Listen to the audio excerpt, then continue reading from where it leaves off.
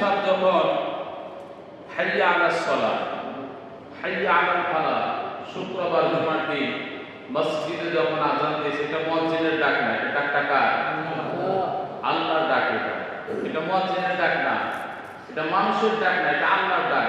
আল্লাহ বলছেন হাইয়া আলাস সালাহ, নামাজের জন্য আসো।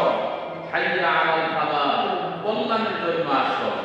তার মানে প্রত্যেক দিন যে 5 বার ডাকা হয়, হাইয়া আলাস সালাহ, হাইয়া আলাল ফালাহ, কল্যাণের জন্য আসো, নামাজের জন্য আসো, এটা কোনো ব্যক্তি মানুষের ডাক না, এটা ডাকটা কার?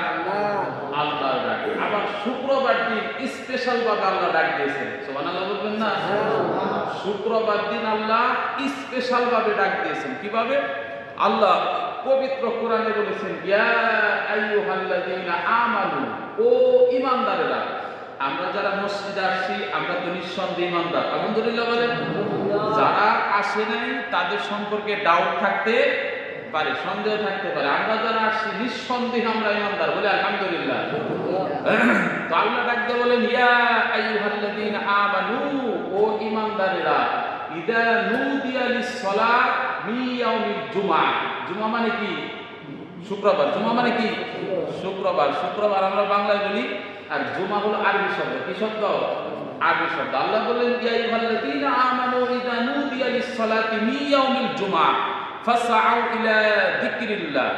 ও ঈমানদারেরা, শুক্রবার মসজিদে যখন তোমাদেরকে মুয়াজ্জিন সাহেব হাইয়া আলাস সালাহ, হাইয়া আলাল ফালাহ নামাজের জন্য ডাকে, তোমাদের হাতে যত ব্যবসা থাক, যত বেচাকিনি থাক, যত কাজ থাক, যত চাকরি থাক, সব ছেড়ে দিয়ে মসজিদের দিকে দৌড়াও। সুবহানাল্লাহ।